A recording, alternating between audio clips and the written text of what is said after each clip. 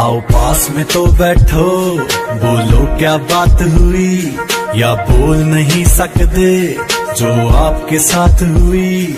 कल राती किथे चले गए, नाल भी सी या कले गए, जिस करके गिल्टी फील करो क्या करामात हुई। आओ पास में तो बैठो, बोलो क्या बात हुई, या बोल नहीं सकते जो आपके साथ हुई।